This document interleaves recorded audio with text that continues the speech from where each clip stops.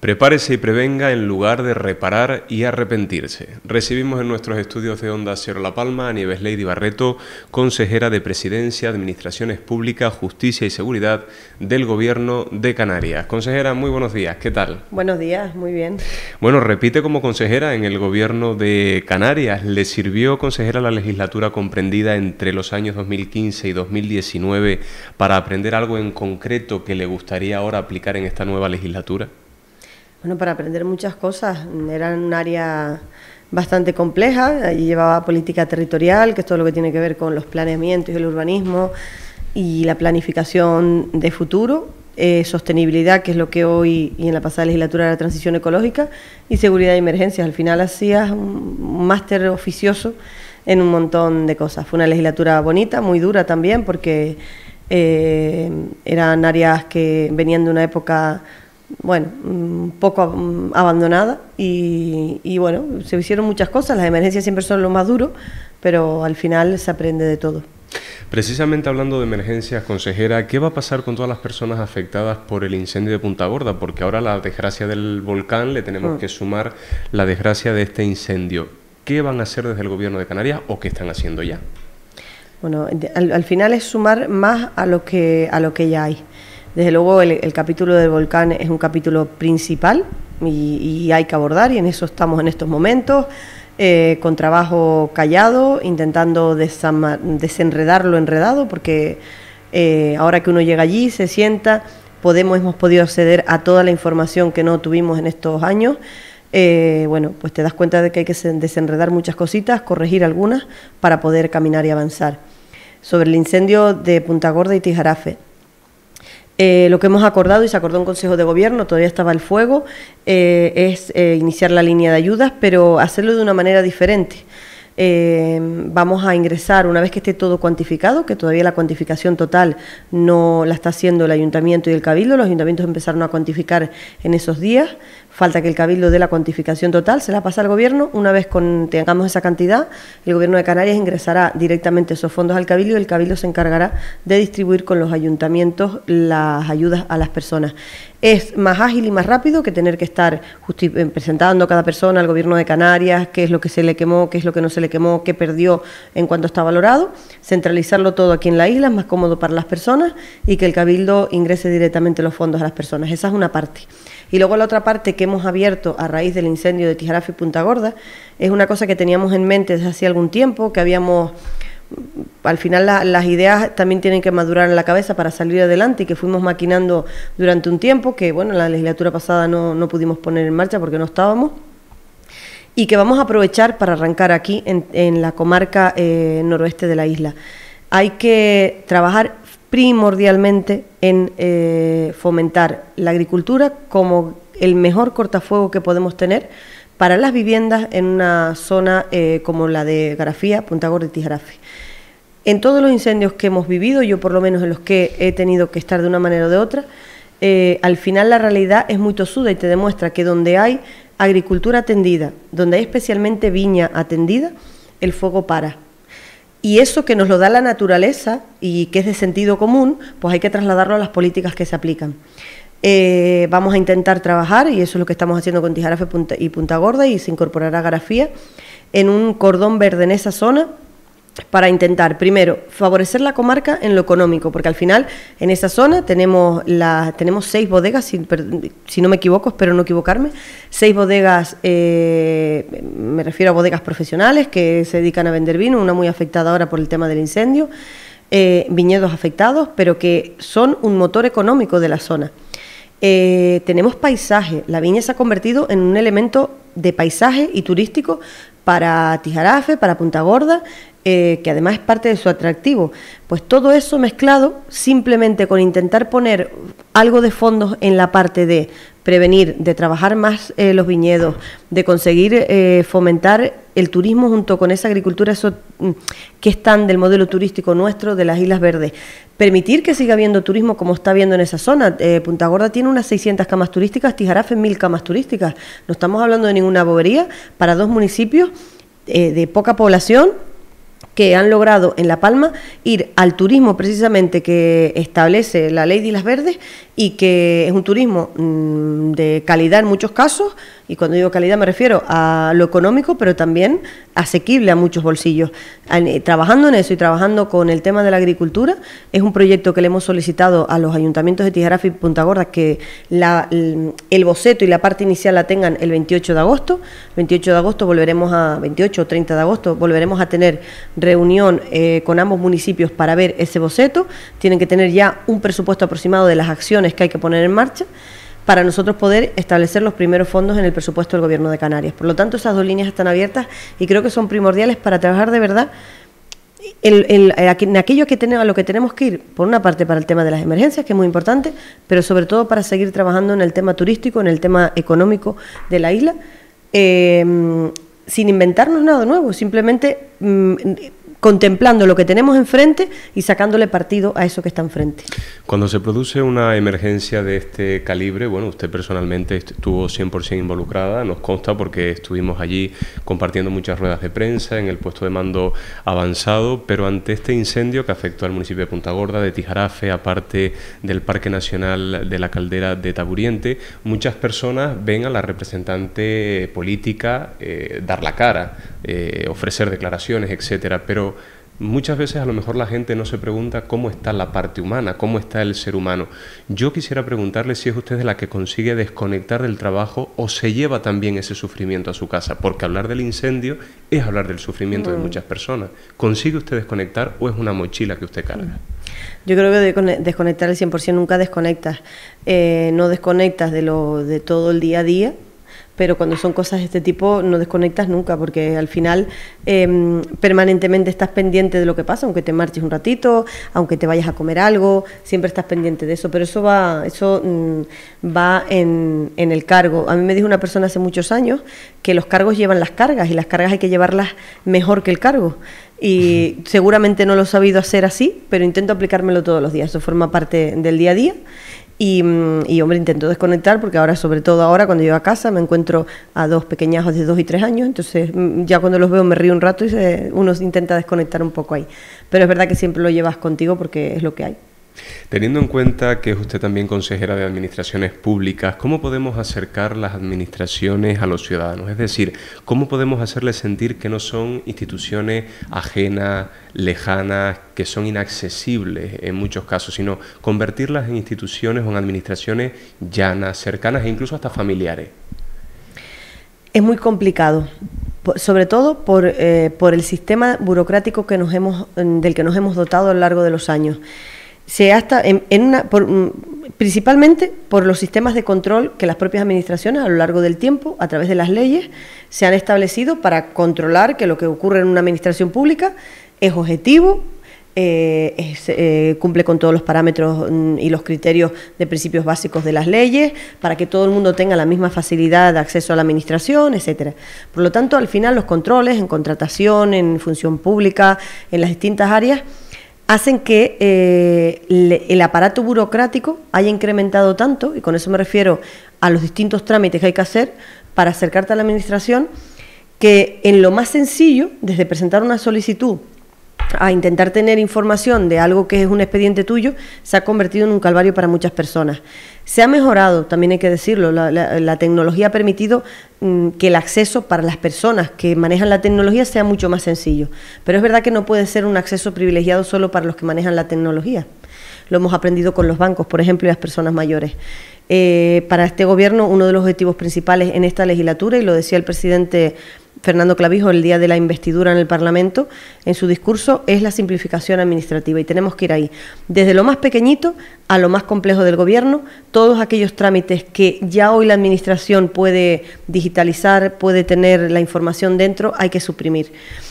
¿Con eso conseguiremos agilizar? Conseguiremos agilizar mucho, hay que hacerlo. Ese camino ya lo hemos emprendido internamente dentro de la consejería, y ahora la idea es incorporar a profesionales de los distintos ámbitos para ver en qué tenemos que mejorar, Es un camino denso y lento en algunas cosas, pero nuestro objetivo es que al final de la legislatura esa simplificación esté puesta en marcha. Es la manera de acercar la administración a la gente. Por otro lado, consejera, ¿contempla el Gobierno de Canarias la temporalidad como un problema actual? ¿Se está trabajando ya en procesos de estabilización? Sí, sin lugar a dudas, en todas las administraciones, eso empezó ya la pasada legislatura, hay una norma estatal, hay normativa canaria, se está trabajando en los ayuntamientos, en los cabildos y en el propio Gobierno de Canarias en la estabilización del personal, que es un proceso bastante denso y complicado y que seguramente nunca va a estar al gusto de todos, pero bueno, hubo una época en la que la administración se dotó de tanto personal interino. El personal interino puede estar 3 años, a los 3 años tú tienes que convocar la plaza y que se presente esa persona, pero también el resto, y tenemos personal interino de décadas, porque las plazas no se convocaron, es decir, la administración hizo una parte mal, que fue no cumplir con convocar las plazas, y lo que no se puede hacer ahora es culpabilizar de toda esa responsabilidad al trabajador que a lo mejor se ha pasado 10 o 12 o 15 años trabajando de manera interina porque no se le ha convocado a la plaza. ¿Qué es el proceso de estabilización? Pues es llegar a un punto intermedio entre ese trabajador que lleva muchos años trabajando ahí y la posibilidad de que también la gente que no está trabajando en la administración tenga la oportunidad de entrar.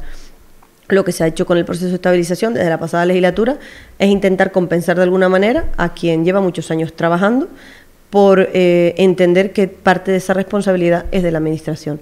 Bueno, ese proceso culminará, tiene que culminar, está en marcha en las administraciones, como le digo, y ahora lo que tenemos es que dotarnos de los procedimientos correctos a lo largo de los años venideros para que, bueno, con el personal cuando ingrese a la administración pública lo haga cumpliendo ese parámetro.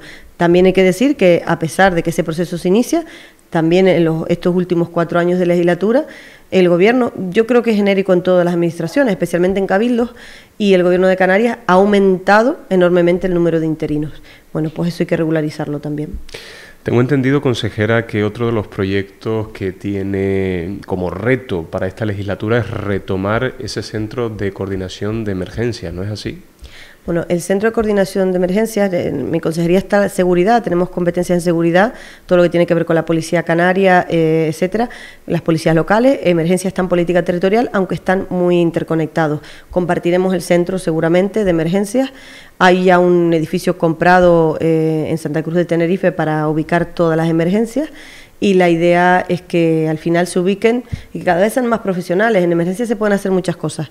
El mejor ejemplo lo tenemos con los equipos de extinción y refuerzo, los EIRIF que conocemos. Los EIRIF los montamos en la consejería que tuve en la legislatura del 15 al 19, en el año 16 después del incendio del Paso. Ves las carencias que tienen realmente los cabildos. Cuando estaba en el ayuntamiento me tocaban incendios, pues no veías la carencia, estabas ocupado en la parte que te tocaba. Cuando asumes un incendio de ese tipo, que fue un gran incendio forestal, te das cuenta de las carencias que tiene en aquel momento el cabildo en personal, pero no el de La Palma, el de La Gomera y el del Hierro. Y entonces decidimos crear, a raíz de eso, unos equipos que apoyaran a las islas en materia de prevención durante todo el año, pero también en las extinciones. De ahí nacen los EIRIF, un nombre rarísimo, pero había que ponerle un nombre así porque tenían que ser equipos de refuerzo en incendios forestales, bueno, no podía ser solo extinción. Y se sitúan en La Palma, La Gomera y el Hierro, porque eran las islas con más carencia en materia de ese personal y porque en proporción al territorio son las 3 islas más forestales de Canarias. Tenerife es muy forestal, pero tenía más personal, pero en proporción a su territorio tiene menos material forestal que La Palma, La Gomera y el Hierro. Ubicamos las 3 bases con capacidad de actuar en cualquiera de las islas. Empezamos con un equipo más reducido, lo fuimos ampliando año tras año y la idea era que las EIRIF se convirtieran no en lo que son hoy, sino en mucho más. Tendrán que seguir creciendo. Y con fondos europeos, ahora recientemente, habrá un par de días, se les han dotado de unos helicópteros propios para helitransportarse, para transportarse de una isla a otra. Y además nuestra intención era que fueran profesionales que a lo largo del tiempo adquirieran experiencia, es decir, que sean los mismos, a ser posible, que se incorpore gente nueva, pero que el conocimiento de los que están no se pierda, que es una cosa que nos pasa en los cabildos, y es que como renuevas las campañas, personal propio lo vas perdiendo, y lo que queríamos es que ese conocimiento se mantuviera. Yo estoy muy orgullosa de ese proyecto, que nace, como te digo, de la isla de La Palma en ese incendio del Paso, que nos dimos cuenta de la gran carencia que había, y de la sensibilidad que hubo en aquel momento, pues por quien era presidente, que era Fernando Clavijo también, que entendió la necesidad de que estas islas contaran con eso. Entonces, Cambiando de tercio, si me lo permite, consejera, y hacemos una analogía entre las elecciones del 23 de julio y las del 28 de mayo, podemos analizar cómo Coalición Canaria, Fernando Clavijo concretamente, actual presidente del Gobierno de Canarias, ganó en la isla de La Palma. Coalición Canaria se llevó el Cabildo Insular con esa mayoría absoluta y, sin embargo, el pasado 23 de julio, Guadalupe González Taño, Palmera, no consiguió entrar en el Congreso de los Diputados. ¿Qué lectura haría usted? Pues yo creo que la que hemos hecho siempre de estas elecciones, incluso nuestros propios votantes distinguen las elecciones autonómicas de las elecciones generales.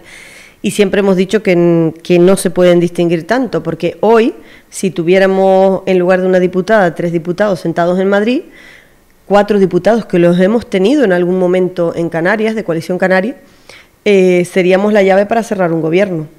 ¿Y eso qué supone? Pues lo que hemos dicho siempre, supone conseguir cosas para Canarias. Esa es la diferencia. Tenemos una diputada en Madrid que, bueno, que apoyará lo que tenga que apoyar si la agenda canaria nos la dan. Para mí esto lo importante no es si está Pepe o está Juan, lo importante es que nos respeten la agenda canaria. Si no hay agenda canaria y no nos va a respetar lo que necesitamos en Canarias, ¿de qué me vale dar un voto en Madrid? Lo hemos dicho siempre. Yo sé que esto hay dirigentes del Partido Socialista, del Partido Popular, que alguna vez me han dicho, bueno, pero es que tú le pones precio al voto. No se trata de poner precio al voto, se trata de Coalición Canaria, que es un partido nacionalista de Canarias, que no queremos irnos de España, pero somos canarios por encima de todo. Si sentamos una diputada o un diputado en Madrid para conseguir cosas para Canarias, no para sentarnos ahí a levantar la mano a votar lo demás se vota, pero tengo que conseguir lo canario primero, ¿no? Claro que le ponemos precio a eso, el precio de nuestro voto es la agenda canaria. ¿Qué hay en la agenda canaria? Pues desde que nos reconozcan todo lo que está en el REF, que cada vez que lo decimos es una cosa así muy rara, pero eso es, si está la compra más barata, porque hay que subvencionar el transporte como hay que subvencionarlo bien, tener gasolina más barata. En la península, en Vigo, la semana pasada la gasolina 98 estaba a 1,60 y pico, en la gasolinera de La Grama 1,70 el mismo día. Ahora vamos a eliminar el impuesto al combustible porque se puede hacer. Pero aún así podría ser más barata si se cumpliera el REF. Conseguir que tener la gestión de puertos y aeropuertos. ¿Qué conseguiríamos con eso? Hombre, pues que no nos impongan tasas aeroportuarias, por ejemplo. Negociarlas, porque tenemos competencias. Tener plenas competencias en costas, que las plenas no las tenemos. Blindar la deducción del 60% del IRPF para La Palma, tan importante para esta isla, los 10 años que queremos blindarla. Bueno, todas esas cosas se pueden conseguir, los 100 millones por los 4 años, se pueden conseguir con fuerza en Madrid. Si no tenemos fuerza, no. Entonces, siempre hemos distinguido mucho ese voto. La gente entiende que a Coalición Canaria se le votan las elecciones autonómicas y en las generales como que no estamos. De hecho, iba por la calle un día con Cristina Valido en Tenerife y le dijo una señora, pero ¿a quién le voto? Votante nuestra. ¿A quién le voto? ¿Al PP o al PSOE? Y le decía a Cristina, no, a mí que me presento. Ay, ¿tú te presentas? Le decía a la señora toda sorprendida ya, sí, yo me presento a las elecciones. Bueno, no lo ven. Y quizás es un problema nuestro de no haberlo sabido transmitir a lo largo de los años correctamente. En eso tenemos una tarea por delante. Pero hoy es el mejor ejemplo. Si tuviéramos, y sería no tan complicado conseguir sentar 4 diputados en Madrid, con los datos de las elecciones autonómicas podríamos haber sentado 3, 4 diputados en Madrid. Hoy el gobierno se cerraría con una agenda canaria muy potente para Canarias. Y eso es lo que nos tiene que importar. O sea, el día a día nuestro, el que podamos ir a un supermercado y la compra sea más barata, que la gasolina sea más barata, que consigamos movernos de una manera más barata, que tengamos más beneficios como los que establece nuestro REF en materia de impuestos o de cualquier tema fiscal. Poder tener más cash en el bolsillo día a día, es decir, más dinerito en el bolsillo, porque no cabe duda que vivir en Canarias es más caro que vivir en cualquier otro sitio. ¿Por qué es más caro? Pues porque estamos muy lejos de cualquier sitio, traer todo aquí es carísimo. Bueno, pues poder conseguir eso y podemos fomentar más, tener más soberanía alimentaria, todo esto está muy bien, pero nuestro territorio complica mucho poder tener eso al 100%. Por lo tanto, dependemos del exterior. Al depender del exterior, todo es más caro. Pues eso es lo que tenemos que conseguir. Usted, como miembro de Coalición Canaria y también como consejera del Gobierno de Canarias, ¿quién cree usted que debería formar o conformar el próximo Gobierno de España? ¿El Partido Popular, que ganó las elecciones, o el Partido Socialista, que aparentemente parece que cuenta con más apoyos? Porque es una dicotomía, políticamente hablando, bastante interesante, que incluso usted las padeció en el momento, en aquella etapa del Cabildo. Eso es curioso. Ahora nos hemos cansado de escuchar a personas relevantes de partidos políticos decir que tiene que gobernar la lista más votada. Yo digo eso, pero siempre, no cuando le afecta a uno solo. Yo en eso, y te lo he adelantado con la pregunta anterior, creo que a nosotros lo que nos tiene que preocupar es la agenda canaria. Es verdad que no nos gustan los radicalismos ni de un lado ni del otro, porque además los grandes acuerdos siempre los consigues en el centro, y donde te puedas llegar a acuerdos, siempre se han conseguido acuerdos con el PSOE, se han conseguido acuerdos con el PP y no hay ningún problema. Pero yo creo que lo que nos tenemos que centrar nosotros en que la agenda canaria que nosotros ponemos sobre la mesa se cumpla. Y si se cumple, oye, pues bien está. ¿Qué creo que no debe pasar? Yo creo que no debemos ir a otras elecciones. Yo creo que el bloqueo no es bueno. El bloqueo político, ya se va a alargar mucho el periodo de tener gobierno. Yo creo que ir a otras elecciones es paralizar el país posiblemente hasta el primer trimestre del año que viene. ¿Pero teme usted que eso pueda suceder? Hombre, es uno de los escenarios. Si no se logra acuerdo, que también es muy complicado cerrar acuerdos con quienes, cerrar acuerdos para el órgano legislativo español con quien no quiere estar en España. Es muy complicado. El panorama no es nada sencillo. Hay que amarrarlo muy bien, tampoco se puede claudicar en todo, pero eso le toca al que tiene la posibilidad de investirse presidente en España, pero creo que lo que no es bueno es irnos a otras elecciones, sobre todo porque vamos a un periodo en el que volveremos a tener regla de gasto, techo de gasto, es decir, límites para el gasto en las administraciones públicas, como hubo en la época en la que Mariano Rajoy fue presidente, impuestas por Europa.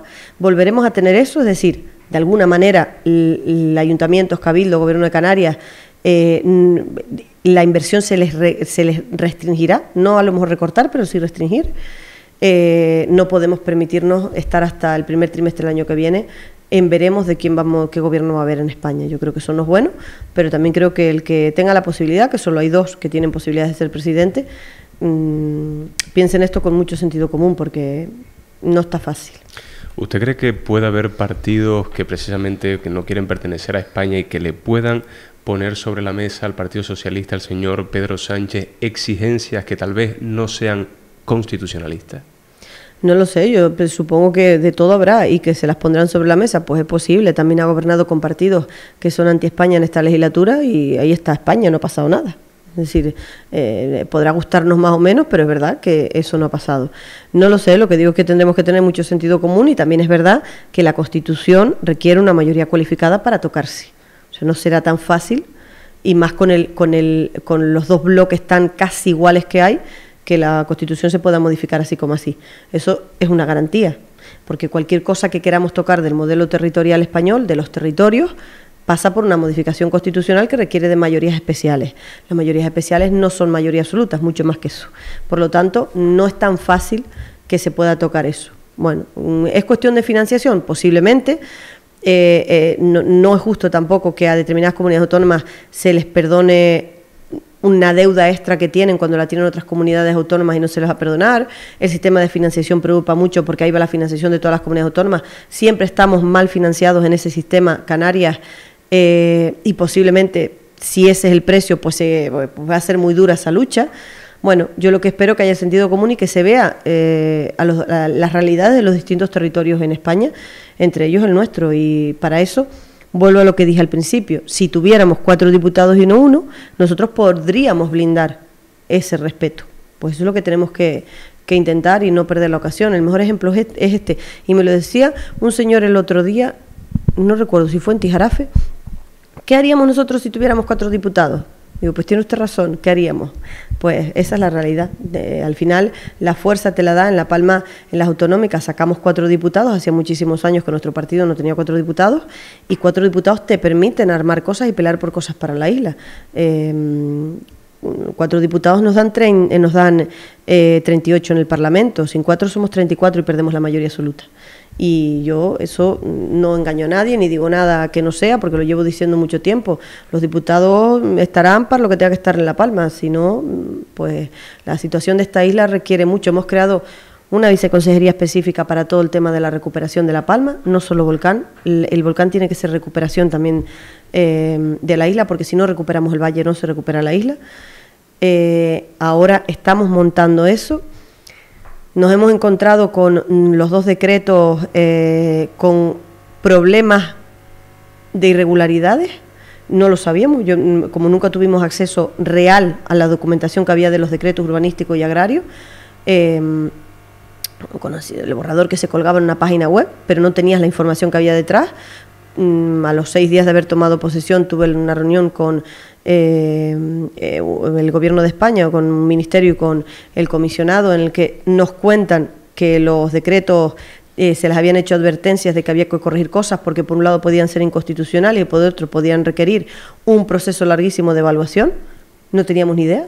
En esa reunión estaban por parte del Gobierno, bueno, me pongo yo primero, pero estaba yo, estaba el consejero de Agricultura, estaba el viceconsejero de Recuperación, estaba el director general de Agricultura, el viceconsejero de Agricultura y el director general de Ordenación. Y nos encontramos con eso, logramos que nos pasaran la información oficiosa y ahora es un problema, porque eso decía que tenemos que desenredar lo que está enredado.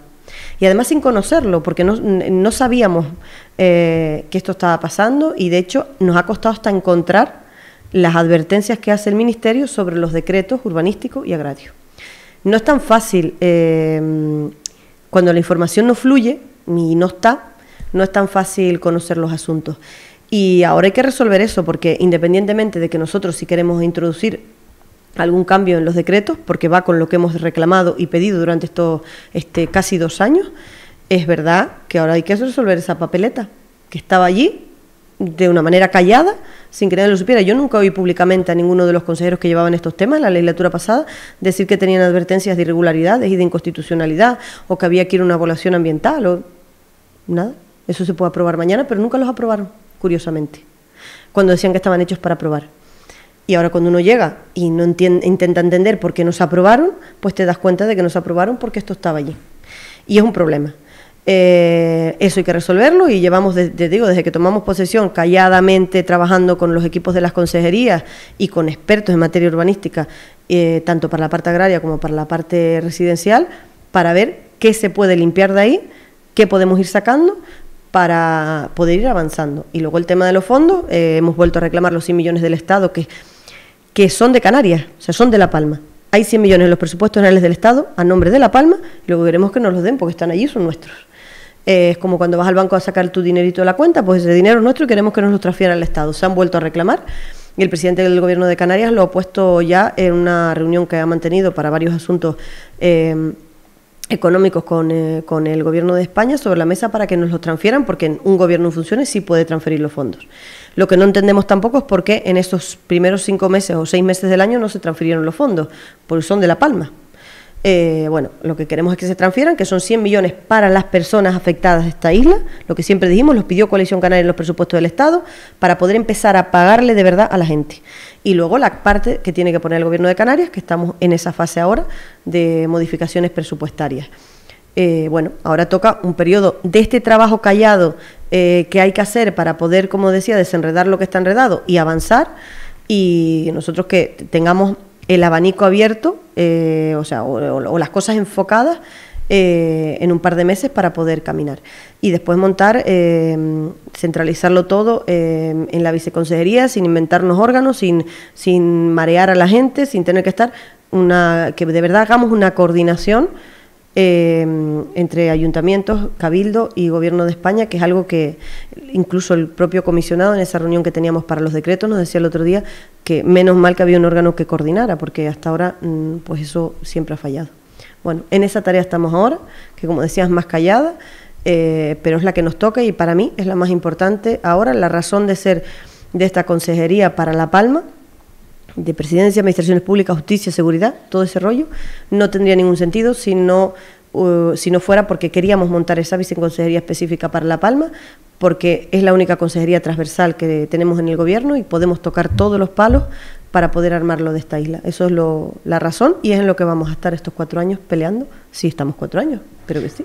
Consejera, para finalizar la entrevista, pida usted un deseo para esta legislatura, sobre todo para la isla de La Palma, que parece que últimamente hemos pasado las de Caín. Bueno, yo lo que espero es que cuando acabe esta legislatura, de verdad, podamos haber devuelto dignidad y haber devuelto esperanza y camino a la gente. Eso es lo que espero. no va a ser igual, seguramente no, estoy convencida de que habrá errores por el camino, convencidísima, pero lo que espero es que por lo menos la dignidad de nuestra gente y la esperanza de camino en la vida lo puedan tener. Nos despedimos con este mensaje. Claramente se ve usted muy emocionada al haber transmitido estas últimas palabras.